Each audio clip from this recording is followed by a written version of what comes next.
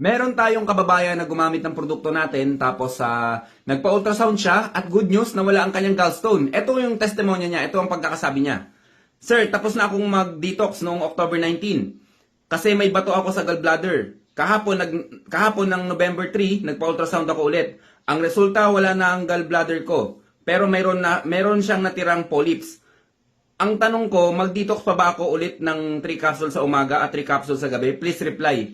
Okay, so October 19 siya gumamit ng ating produkto, tapos dumaan siya sa hard detox. Yung hard detox na tinatawag natin mga kababayan, 3 sa umaga bago kumain, 3 sa gabi bago matulog. Okay? So, napakalakas niyan. Talagang isipin mo, yung nasa loob ng gallbladder natin, na yung bato ron na ilalabas niya, dinudurog niya muna yan sa loob ng gallbladder natin bago ilabas yung gallstone. Kaya huwag kayong mag-alala kung malaki man yan, ipadurog natin. Okay, sa tanong ni Kabayan, since na nakapag hard detox ka na Kabayan, isa na lang sa umaga, isa na lang sa bago matulog. So, ganun na lang ang gawin mo. And then, ito yung medical ni Kabayan, ito yung ultrasound.